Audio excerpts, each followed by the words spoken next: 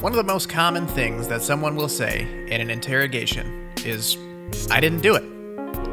Welcome to the Totally Innocent Podcast. I'm your host, Alex Reichen. Come with me on a journey into the world's most famous murder cases every Wednesday on all major podcast platforms. We take a look at the mind of a killer, how they lived, where they grew up, when they got caught, and where they're at now. Are all of them guilty? Or are some of them totally innocent?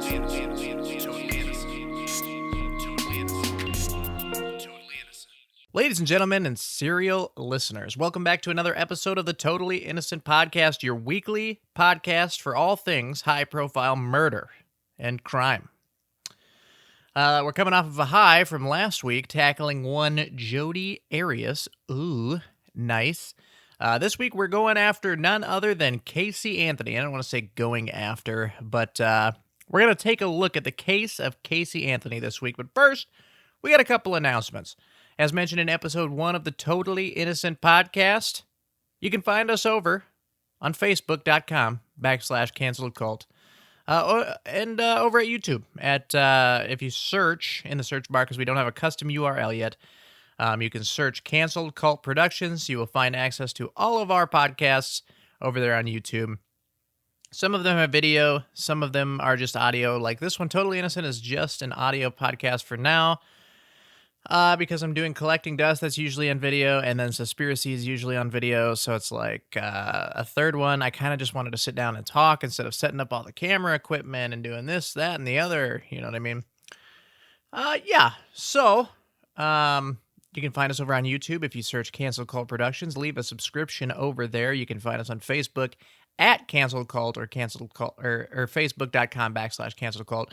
And if you want to write into the show, like somebody has recently, Derek McDonald, thank you, has written into Suspiracy. We will get to that in episode 3 because episode 2 has already been recorded, and it turned out to kind of just be not great. The microphones weren't working the whole time, so we're going off camera audio. That will not be uploaded to all the major podcast platforms. That video will only be available on YouTube. But if you want to write into the show, want anything read, want me to cover somebody specific, if I could talk, Saturday morning, I'm just waking up. You can write on into the show, and we can have it read on air. You can send that on over to canceledcultproductions@gmail.com. Fantastic. So this week we are tackling the Caylee Anthony case. Fucking weird, dude.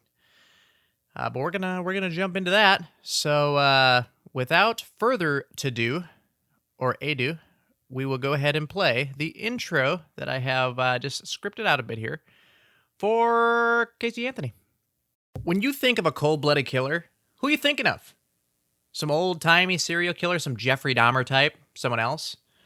I personally think of today's case, one of the craziest cases that I have ever seen, and I have seen it. This took place when I was in high school, my junior year, and she's one of the coldest people on the planet. Not only did our case today allegedly kill her daughter in cold blood, I don't want to say that she did do it or didn't do it, but she is also known to be a pathological liar, and depending on who you ask, just a fucking crazy person. Caylee Anthony was born on March 19th, 1986 in Warren, Ohio to parents Cindy and George Anthony. Not sure what mom did for work, but her dad, however, he worked in law enforcement. That'll come up later. People would describe Caylee as a brilliant ray of fucking sunshine. She was described from friends as being very personable. Right. That was young Caylee, however. In high school, her parents would say that this is when she started her epic saga of lying on a regular basis. She was a pathological liar. Mom and Dad had attended her high school graduation only to sit there for God knows how long because, let's be honest here, graduations suck ass. Sitting there for 4 hours to watch one person walk and grab a piece of paper saying, "Hey, I fucking did it." It's horrible. What was worse, or what would be worse, would be to sit there for 4 hours and wait only to find out that the person you're there to watch wasn't going to walk at all. That's right, young Caylee was several credits short of graduating. She did not graduate that day, and to my knowledge, I don't think she's graduated to this point. Turns out Little Miss Sunshine decided she wanted to cut class to hang with the boys and smoke some weed. What a party animal. Needless to say, the parents were not excited about Caylee not graduating, but either due to blind love or being totally stupid, fell for Caylee's lie when she told her parents that, oh, it's all the school's fault. She said, I don't know what happened. The school scheduled my classes wrong. Had to be. Couldn't be me. They told me that going to my boyfriend's house and doing drugs all day was totally in the curriculum. Hot girl summer. This probably explains a lot of things. At the age of 19, another surprise was given to the family. After Caylee had put on some weight, no shame, her parents had a real sus feeling that she might be preggers. Of course, denying it, claiming that she was a virgin. And that if this were the case, it was totally the second coming of Christ, right out the uterus. Right out Caylee Anthony's uterus. She's carrying the second coming of Jesus Christ, our Savior. Amen. She eventually told them the truth months into her pregnancy when she had put on so much weight that she couldn't hide it anymore. And unfortunately, the father's identity remains a mystery. Ooh. Caylee would give birth to Caylee Anthony on August 9th, 2005.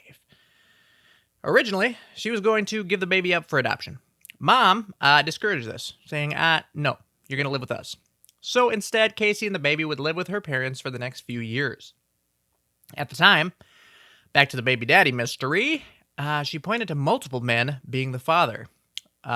Nice.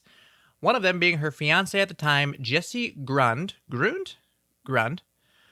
While living with her parents, Grund would take care of the child and be a father as if Caylee was his own. However, a DNA test would soon prove that you are not the father. In 2008, her mom would tell Caylee that she was a stupid girl, not suitable to raise a child. Not her words, I'm definitely paraphrasing. But Caylee then did leave the home after an argument ensued, and she took Caylee with her when she left.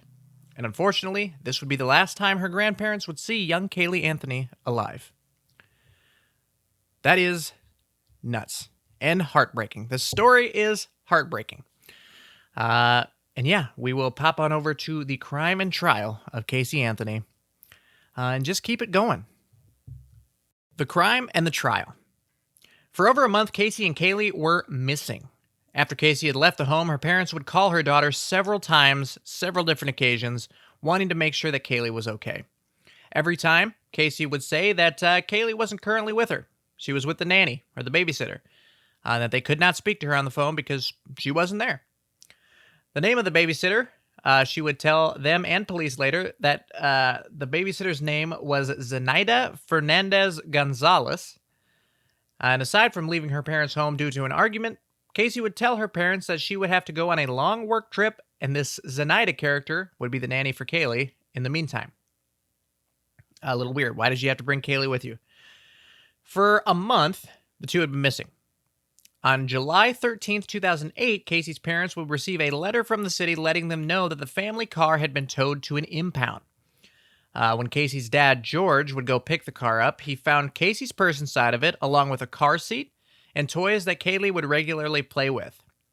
He would also say that there was a strong odor emanating from the trunk that was very reminiscent of decaying organic matter or the smell of a decaying body. A smell that he would remember from his time in law enforcement. That is what he did. This is where it would come up later on, I mentioned.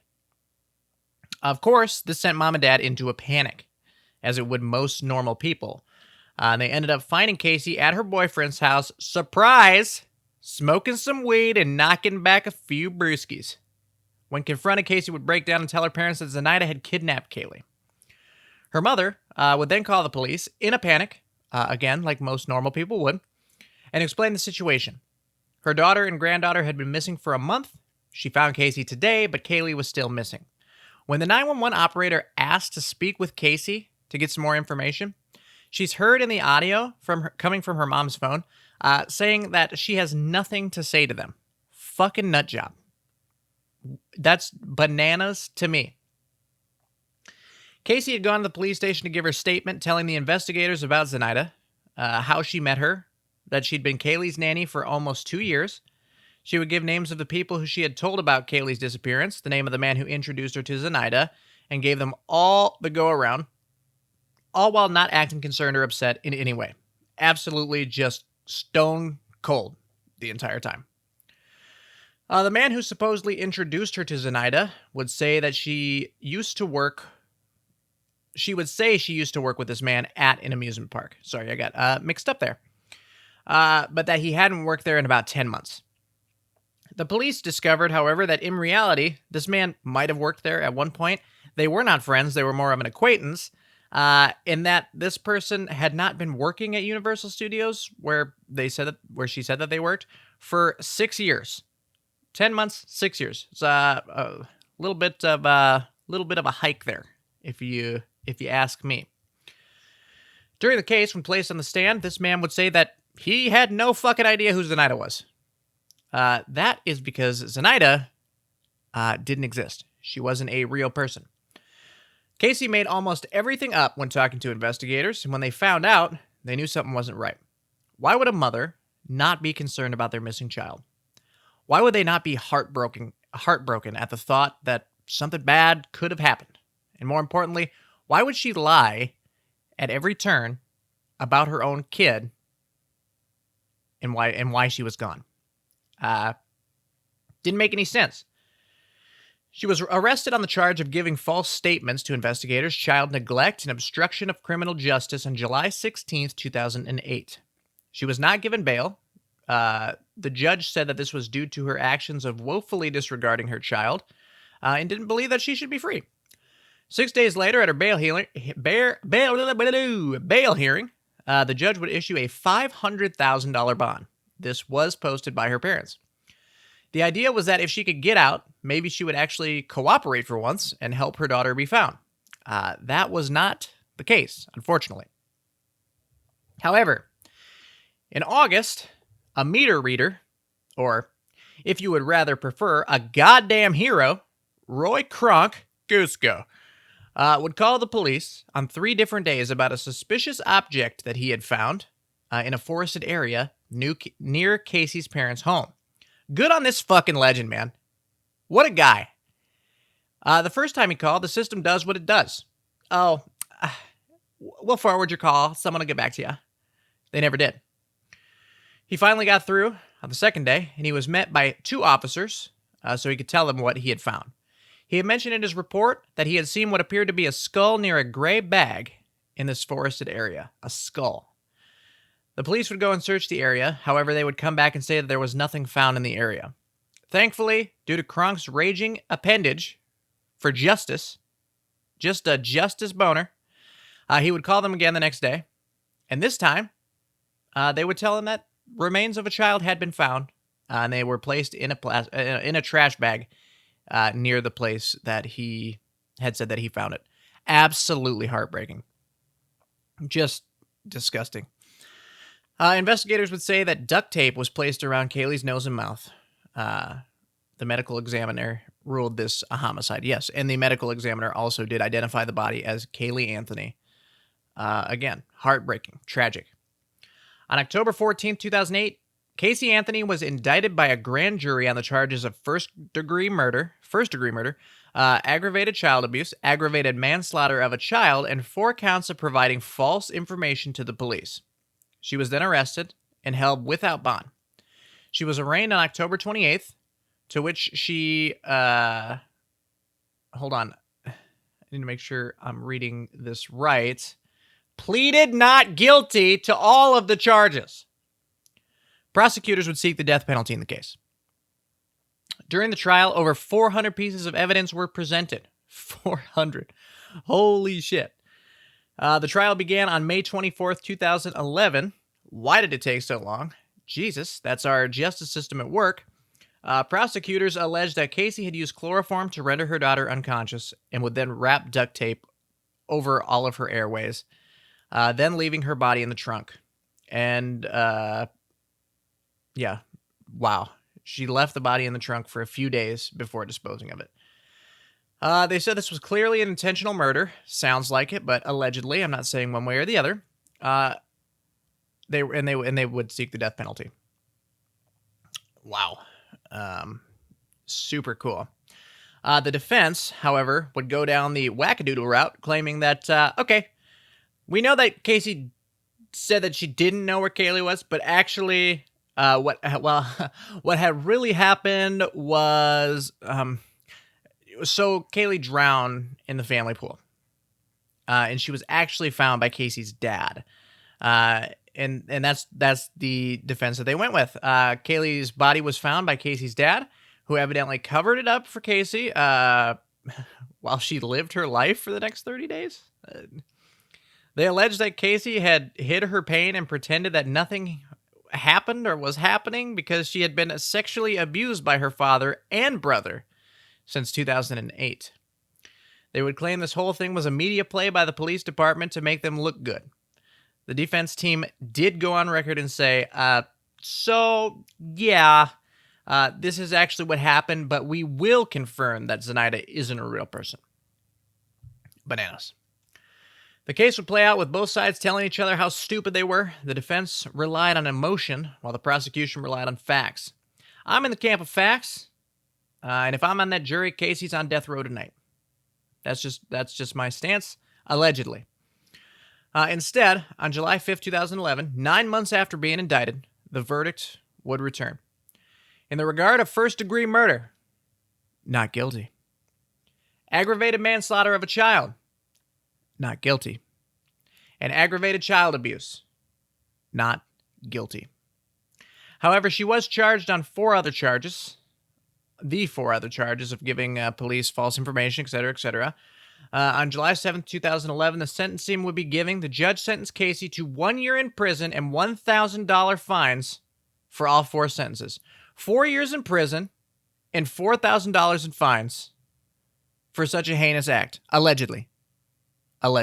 Because Casey is out. Casey, why don't you come on the show? Let's have a conversation.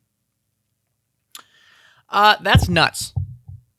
That's absolutely crazy banana bonkers to me. They did mention also that I believe 2 of the charges, 2 of those 4 did get appealed or dropped. I could be wrong on that, but I'm pretty sure that's what happened. But yeah, man, here's the thing, right? I'm going to say allegedly throughout this whole thing. I will say I'm in the camp of facts, and if I was on that jury, I would have voted guilty. Because to me, honestly, it doesn't make sense to me why Dad would have found Caylee, Casey's dad would have found Caylee, and evidently covered it up. And that she would just live her life for the next 30 days, hiding her pain because she had been sexually abused by her dad and brother. What does that have to do with anything? If you would have went to the cops, if this is actually the truth, and you would have went to the cops when you gave your statement and told them all of this, I found Caylee in the pool. My dad covered it up, and him and my brother have been sexually abusing me since 2008 for like 3 or 4 years. Since 2008, that was directly pulled from a source. Since 2008. Wasn't Caylee born in 2008? So is Dad the dad? Is brother the dad? It's a mystery, and we may never know. Allegedly. However, I just don't buy this defense. It's super wackadoodle. I just don't buy this defense that just because you were sexually abused by your dad and brother since 2008, which wasn't that long ago, that Dad would cover it up and you would fail to mention any of this to the police. Any of it. They could have done a rape kit. They could have done so many things to prove that was true. And yet, that never happened. That's crazy. And it's so sad, right? And also, if you drown in a pool, it's heartbreaking for me to talk about a child like that. So Caylee drowned in the family pool. Even if Dad were to cover it up, why in the fuck are you putting duct tape around her airways if she's already dead? You could have just hid the body, right? Or am I wrong? To me, that's weird. I don't know. I think that's there's something about this defense that just doesn't add up, and it's not right. And I mean, the whole Zenaida thing, like, you can go to JCS Criminal Psychology on YouTube. He's got a video for Caylee Anthony where he goes over the entire interrogation. It's super interesting. And we talked about this in episode 1. This guy who does these videos is absolutely fantastic. But for the whole, like, interrogation, she maintains that Zenaida is real. She gives the police go around multiple times and is a pathological liar. So we have evidence of this. Why are we not looking into, again, like, bro, rape kits are a thing. Why not tell them that? Why not say that this is what happened? But again, like I said, there's something about it that's just not adding up for me, man. It's super weird, it's super cold, and it's just twisted and fucking dark. And like I said, I'm in the camp of facts. And if I'm on that jury, Caylee is on death row tonight. Plain and simple. Allegedly. Okay? Allegedly. Yeah, man. Heartbreaking story. Tragic. Just all around a bummer. But let's go ahead and take a look at where Caylee Anthony is today and how she's doing. And then we'll get to closing it out. My friends, we've had several ups and downs throughout this episode. Probably far more downs than ups. And that's unfortunate, right? The story is heartbreaking. It's sad whenever we're talking about a child like this. It's just not a fun time. But let's take a look at where Caylee Anthony is today. And shocker, she's not in prison anymore. She's just out running around, free to live her life. Remember, she was only in prison for up to 4 years. I think two of the years got appealed off because 2 of the charges got appealed, but I could be wrong on that. So 2 to 4 years in prison. And unless something nutty happened after the fact, she's out. She's out and free. However, as of 2 weeks ago, there was an article that surfaced and has been circulating around stating that Caylee Anthony is back on police radar after a love triangle incident ended in a verbal fight, followed by Caylee repeatedly getting drinks thrown in her face. Good. Caylee's trying to live a normal life, evidently writing a book, telling the quote-unquote truth, as she would claim, allegedly. Though keep in mind, this is coming from an alleged pathological liar. The reason? She wants to help other wrongfully accused people get justice. Wrongfully accused people get justice. Give me an actual fucking break. Give me a break. Oh, and this is nutty too. With this article, in regards to this article, back on police radar after love triangle incident, woo, giggity, ended in a verbal fight followed by Caylee repeatedly getting drinks thrown in her face. She wanted that on record, that she keeps getting drinks thrown in her face. If she did the crime, allegedly, good. I think a little bit of water in your face is a small price to pay for making it so someone, especially a small child, can't fucking breathe. There's a lot worse things if you did this crime that you would deserve than just getting drinks thrown in your face. So give me a break on that. Yeah, man. So we're not in prison anymore. Fantastic. We're out free to live our lives, getting a little water thrown in our face, having a good time. Writing a book so other wrongfully accused people get justice. That's where it is, man. That's where she is today. This has been the case of Caylee Anthony. Where she came from, what she did, and where she is today. I want to know what you think of the story, man. Whoever's listening to this, you want to tell me what you think of the story, you can send an email over to cancelcultproductions@gmail.com. If you also want me to cover a specific murder trial or a serial killer or anything like that, please go ahead and send an email over there as well, and we can get that going. Other than that, I think it's about time to close out the podcast, episode 2 of Totally Innocent. So we'll hop on over to the close, and we'll get out of here. Thank you guys so much for listening to episode 2 of the Totally Innocent podcast. I love doing this podcast, man. Again, like I mentioned in last week's episode, I have this huge infatuation with serial killers and true crime and stuff like that. Go figure. Most people do. But yeah, dude, I just want to talk about it and get it out there and just kind of get my input on it. You know, I'm loving it, and it's super fun. So this has been episode 2, and in this episode we covered Caylee Anthony. Just a nutty case, man. Absolutely crazy. And this took place. Sorry if there's some audio abnormalities there. My cat decided that he wanted to jump up in the window. I forgot what I was gonna say. This case took place when I was in high school.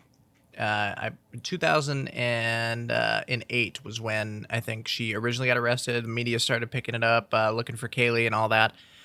So I was a junior in high school when this happened. And I mean, it's just crazy to think about, right?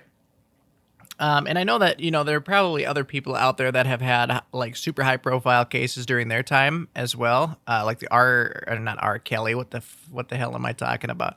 The OJ Simpson trial, right? Like I was alive, but I was like way too young to realize what was going on. So I would say the Caylee Anthony one was probably the most standout case in terms of like high profile national coverage media trial that I've ever seen. And I had to talk about it, right? I had to do a little bit of research. I had to put it out for episode 2 of the podcast. It's a toss up to me. Is Jodi Arias' case more crazy? Or is Caylee Anthony's case more crazy? Jodi Arias, something in her mind, in her brain, isn't working right. Caylee Anthony was just cold, right? Just stone cold the whole time. And I highly recommend anybody that's listening to this part of the podcast go over to JCS Criminal Psychology on YouTube if you haven't yet and watch the Caylee Anthony video and watch the Jodi Arias video as well. Because the interrogations are absolutely crazy. It's just so interesting and so fascinating to watch. But yeah, I think that will do it for this week's episode of Totally Innocent. Again, if you have anything that you want read on air, if you want to send anything to the show, you can go ahead and send an email over to cancelcultproductions@gmail.com. And we'll read it on air. We'll cover if you want a specific case covered. Should be fun. I'm going to get out of here. Thank you guys for listening. I appreciate it a lot. I will see you next week for episode 3. Not quite sure who we're going to cover yet. Maybe we could pre-order. What am I talking about? Preview who we're talking about here. I'm thinking, I don't know, actually. It appears as though my computer had restarted itself, and now the person that I did want to look at is no longer pulled up, unfortunately. So if I just do a little search, maybe I can find it, because this one was super interesting as well. Okay, so I think I found it. Next week, I think I'm going to do maybe a mini episode, like a way shorter episode, because I don't know how much information there's going to be on Tiffany Cole, who is on death row in Florida for burying 2 people alive. So maybe we'll take a look at that. Little preview. I don't know. I'm going to get out of here, guys. Thank you so much for listening. I will catch you next week. Take care.